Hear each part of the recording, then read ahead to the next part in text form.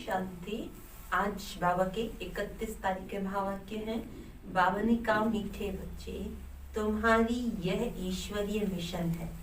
तुम सबको ईश्वर का बनाकर उन्हें बेहद का वर्षा दिलाते हो। प्रश्न है, कर्मेंद्रियों की चंचलता समाप्त कब होगी? तो बाबा ने कहा, जब तुम्हारी स्थिति सिल्वर एज तक पहुंचेगी, अर्थात जब आत्मा त्रेता की सतो स्टेज तक पहुंच जाएगी तो कर्मेंद्रियों की चंचलता बंद हो जाएगी। तो देखो, बाबा कहते जब आत्मा त्रेता युग की स्टेज तक पहुंच जाएगी तब कर्मेंद्रियों की चंचलता समाप्त होगी।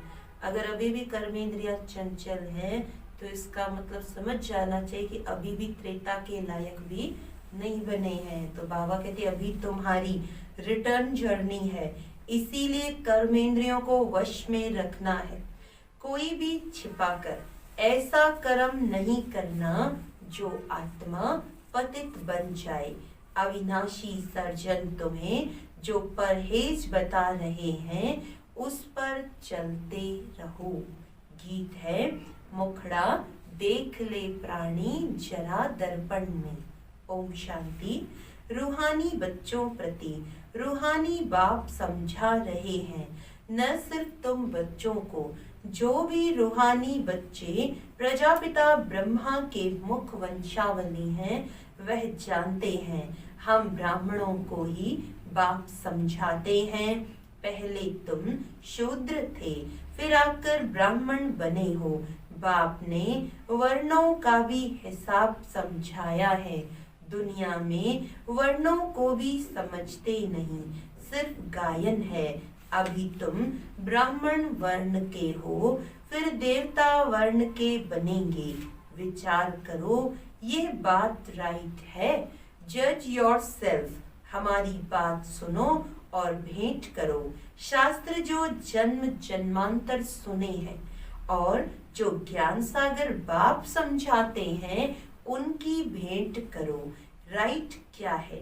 ब्राह्मण धर्म अथवा कुल बिल्कुल भूले हुए हैं। तुम्हारे पास विराट रूप का चित्र राइट बना हुआ है, इस पर समझाया जाता है। बाकी इतनी भुजाओं वाले चित्र जो बनाए जाते हैं और देवियों को हथियार आदि बैठ दिए हैं, वह सब है रॉन्ग। ये भक्ति मार्ग के चित्र हैं। इन आँखों से सब देखते हैं परंतु समझते नहीं। कोई के ऑक्यूपेशन का पता नहीं है।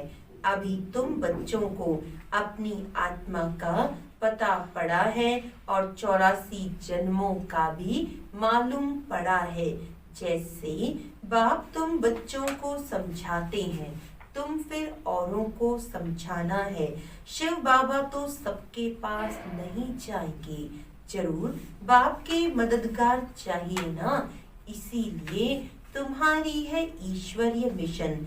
तुम सबको ईश्वर का बनाते हो, समझाते हो। वह हम आत्माओं का बेहद का बाप है, उनसे बेहद का वर्षा मिलेगा। जैसे लौकिक बाप को याद किया जाता है, उनसे भी जास्ती पारलौकिक बाप को याद करना पड़े। लौकिक बाप तो अल्पकाल के लिए सुख देते हैं, बेहद का बाप बेहद का सुख देते हैं। यह सभी आत्माओं को ज्ञान मिलता है। अभी तुम जानते हो 3 बाप है, लौकिक, पारलौकिक और अलौकिक। बेहद का बाप अलौकिक बाप द्वारा तुमको समझा रहे हैं। इस बाप को कोई भी जानते नहीं। पारलौकिक बाप को याद करते हैं, भले जानते नहीं है, लेकिन अलौकिक बाप को तो कोई भी नहीं जानते। ब्रह्मा की बायोग्राफी का किसी को पता नहीं है, उनका ऑक्यूपेशन भी जानना चाहिए ना। शिव की, श्री कृष्ण की महिमा गाते हैं, बाकी ब्रह्मा की महिमा कहाँ? निराकार बाप को जरूर मुख तो चाहिए ना, जिससे अमृत दे। भक्ति मार्ग में बाप को कभी यथार्थ रीति याद नहीं कर सकते हैं। अभी तुम जानते हो, समझते हो, शिव बाबा का यह रथ है। रथ को भी श्रृंगार करते हैं ना, जैसे मोहम्मद के घोड़े को भी सजाते हैं। तुम बच्चे कितना अच्छी रीति मनुष्यों को समझाते हो। तुम सभी की बड़ाई करते हो, बोलते हो तुम यह देवता थे, फिर 84 जन्म भोग तमो प्रधान बने हो। अब फिर सतो प्रधान बनना है तो उसके लिए योग चाहिए, परंतु बड़ा मुश्किल कोई समझते हैं। समझ जाएं तो खुशी का पारा चढ़े, समझाने वाले का तो और ही पारा चढ़ जाए। बेहद के बाप का परिचय देना कोई कम बात है क्या? समझ नहीं सकते, कहते हैं ये कैसे हो सकता। बेहद के बाप की जीवन कहानी सुनाते हैं। अब बाप कहते हैं बच्चे पावन बनो। तुम पुकारते थे ना कि हे पतित पावन आओ। गीता में भी मन मना भव अक्षर है, परंतु उनकी समझानी कोई के पास है नहीं। बाप आत्मा का ज्ञान भी कितना क्लियर कर समझाते हैं, कोई शास्त्र में ये बातें है नहीं। भल कहते हैं आत्मा बिंदी है, भ्रिकुटी के बीच स्टार है, परंतु यथार्थ रीति किसी की बुद्धि में नहीं है। वह भी जानना पड़े। कलयुग में है ही अनराइटियस, सतयुग में है सब राइटियस। भक्ति मार्ग में मनुष्य समझते हैं ये सब ईश्वर से मिलने के रास्ते हैं। इसीलिए तुम पहले फॉर्म भराते हो, यहाँ क्यों आए हो? इससे भी तुमको बेहद के बाप का परिचय देना है। पूछते हो आत्मा का बाप कौन? सर्वव्यापी कहने से तो कोई अर्थ ही नहीं निकलता। सबका बाप कौन? ये है मुख्य बात। अपने अपने घर में भी तुम समझा सकते हो। एक दो मुख्य चित्र, सीढ़ी, त्रिमूर्ति, झाड़, ये बहुत जरूरी है। झाड़ से सब धर्म वाले समझ सकते हैं कि हमारा धर्म कब शुरू हुआ। हम इस हिसाब से स्वर्ग में जा सकते हैं।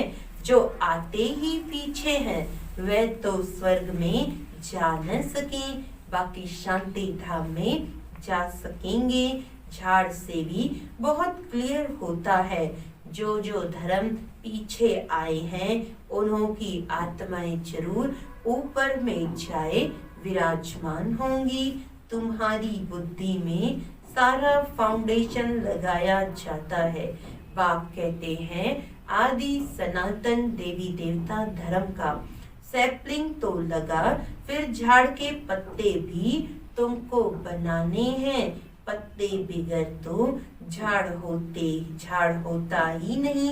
इसीलिए बाबा पुरुषार्थ कराते रहते हैं आप समान बनाने के लिए। और धर्म वालों को पत्ते नहीं बनाने पड़ते हैं, वे तो ऊपर से आते हैं, फाउंडेशन लगाते हैं, फिर पत्ते पीछे ऊपर से आते जाते हैं।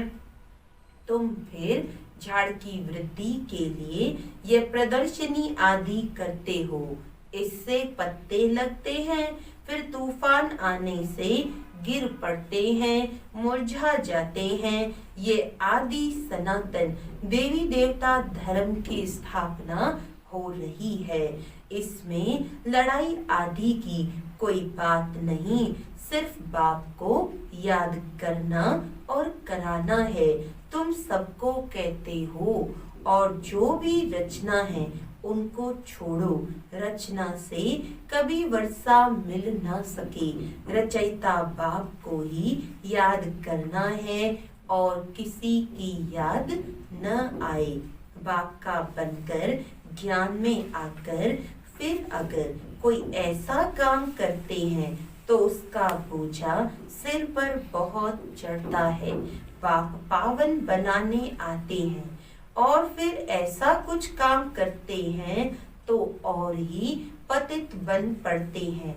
इसीलिए बाबा कहते हैं ऐसा कोई काम नहीं करो जो घाटा पड़ जाए।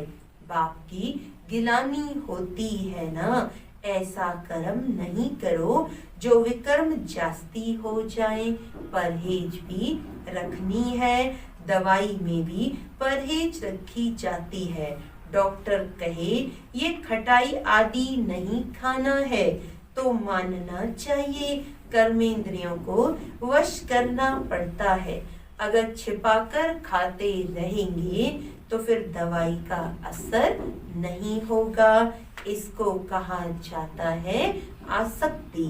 बाप भी शिक्षा देते हैं, यह नहीं करो।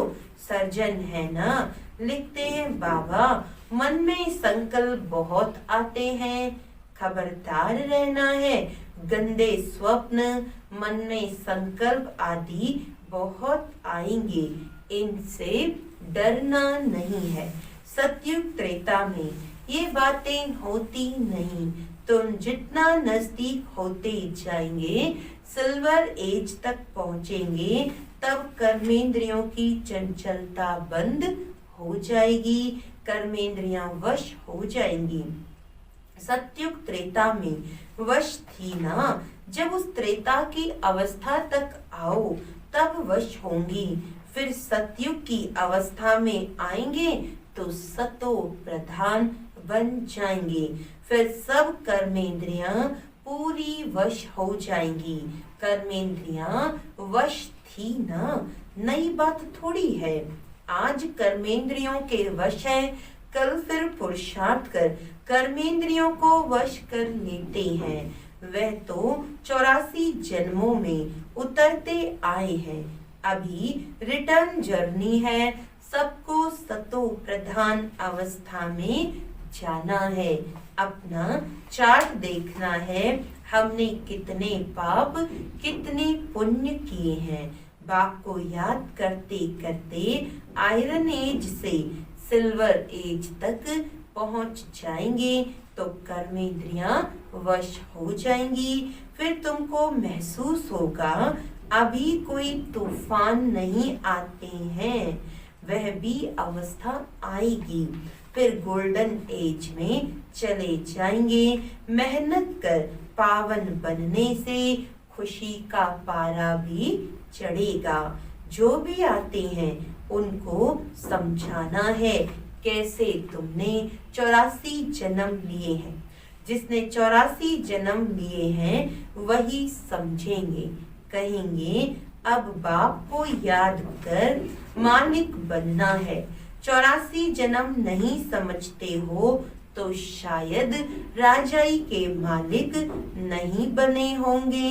हम तो हिम्मत दिलाते हैं, अच्छी बात सुनाते हैं, तुम नीचे गिर पड़ते हो।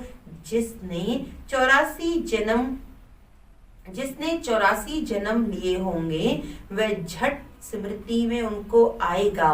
बाप कहते हैं तुम शांति धाम में पवित्र तो थे ना, अब फिर तुमको शांति धाम सुख धाम में जाने का रास्ता बताते हैं और कोई भी रास्ता बता न सके।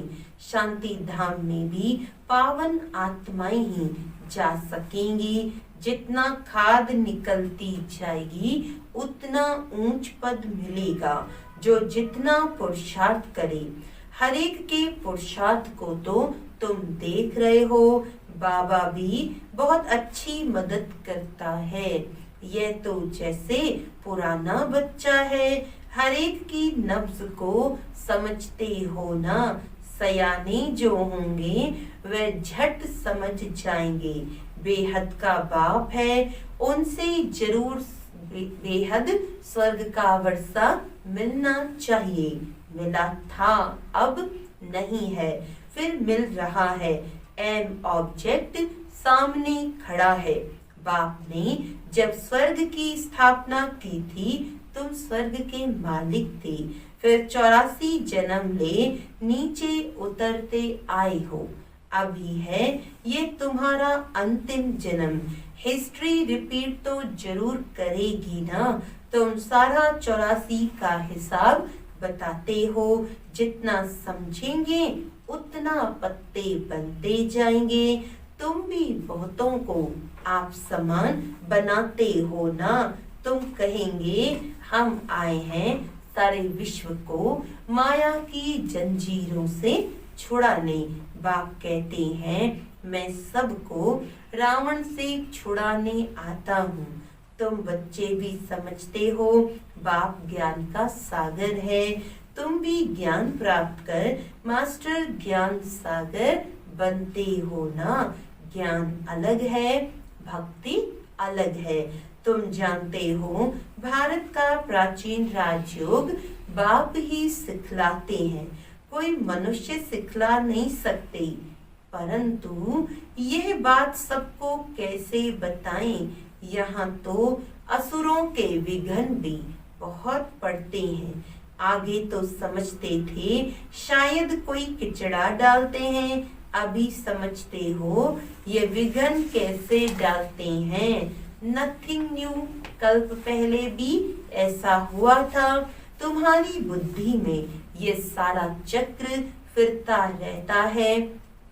बाबा हमको सृष्टि के आदि मध्य अंत का राज समझा रहे हैं।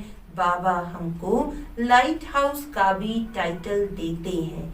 एक आंख में मुक्ति धाम, दूसरी आंख में जीवन मुक्ति धाम। तुमको शांति धाम में जाकर फिर सुख धाम में आना है। यह है ही दुख धाम। बाप कहते हैं इन आंखों से जो कुछ तुम देखते हो उनको भूलो, अपने शांति धाम को याद करो। आत्मा को अपने बाप को याद करना है। इसको ही अव्यभिचारी योग कहा जाता है। ज्ञान भी एक से ही सुनना है, वह है अव्यभिचारी ज्ञान। याद भी एक को करो, मेरा तो एक दूसरा न कोई। जब तक अपने को आत्मा निश्चय नहीं करेंगे तब तक एक की याद आएगी नहीं। आत्मा कहती है मैं तो एक बाबा की ही बनूंगी, मुझे जाना है बाबा के पास। ये शरीर तो पुराना जड़जड़ी भूत है, इनसे भी ममत्व नहीं रखना है।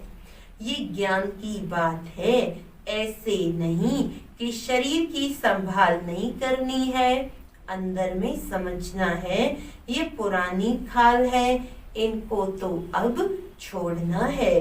तुम्हारा है बेहद का सन्यास, वह तो जंगल में चले जाते हैं। तुमको घर में रहते याद में रहना है। याद में रहते रहते तुम भी शरीर छोड़ सकते हो। कहाँ भी हो तुम बाप को याद करो। याद में रहेंगे स्वदर्शन चक्रधारी बनेंगे तो कहाँ भी रहते तुम ऊंच पद पा सकते हो। जितना इंडिविजुअल मेहनत करेंगे उतना पद पाएंगे। घर में रहते भी याद की यात्रा में रहना है। अभी फाइनल रिजल्ट में थोड़ा टाइम पड़ा है, फिर नई दुनिया भी तैयार चाहिए ना। अभी कर्मातीत अवस्था हो जाए तो सूक्ष्म वतन में रहना पड़े।